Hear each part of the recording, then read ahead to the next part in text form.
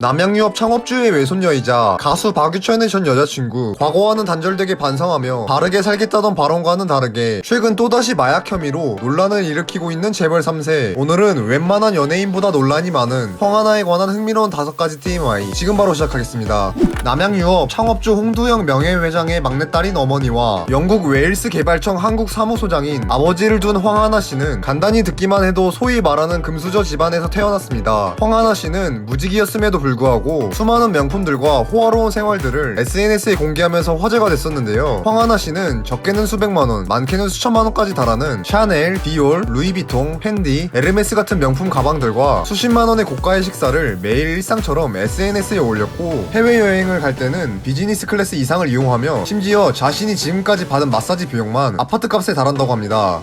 우리나라에서 매년 연매출 1조를 달성하는 대기업인 남양유업은 남양유업의 창업주 외손녀인 황하나를 제발 같이 엮지 말아달라며 호소했습니다. 남양유업의 대표이사는 회사가 경영을 잘못하거나 기준에 미흡했다면 비판받아야 마땅하지만 회장 일가와 이미 수십 년째 인연을 끊고 살고 있고, 황 씨가 돌아가신 홍두영 창업주의 외손녀라는 이유 하나만으로 남양유업까지 피해를 받고 있는 것은 잘못된 일이라며 토로했습니다. 실제로 황하나 씨는 황하나 씨 포함 일가족 모두가 회사와 관련된 일을 하거나 지분을 보유하고 있지 않다고 하는데요. 그러나 이미 남양유업은 과거에 홍보 대행사를 통해 경쟁사인 메일유업을 비방하는 글을 썼다는 혐의를 받았었고, 남양유업 영업사원이 대리점주에게 욕설을 퍼부었던 대리점 갑질 사건을 일으켜 사회적 공분을 산 적이 있어서 황하나 마약 혐의와는 별개로 이미지 타격을 받고 있다는 여론이 있습니다. 과거 마약을 투약한 혐의로 집행유예 2년을 선고받은 황하나 씨가 집행유예 기간 중에 또다시 마약에 손을 댔다는 혐의로 현재 경찰 수사를 받고 있다고 합니다. 황하나 씨가 투약한 마약은 악마의 마약이라 불리는 각성계열 마약의 끝판왕 필로폰이라고 하는데요. 영화 마약왕 독전에서 나오는 마약들이 바로 이 필로폰이라 하고, 실제로 일본의 자폭부대인 카미카제 군인들이 자폭하기 전에 쓴 약물로도 유명합니다. 황하나 씨와 똑같이 필로폰을 투약한 대표적인 연예인으로는 로버트 알리, 정석원, 박유천이 있습니다.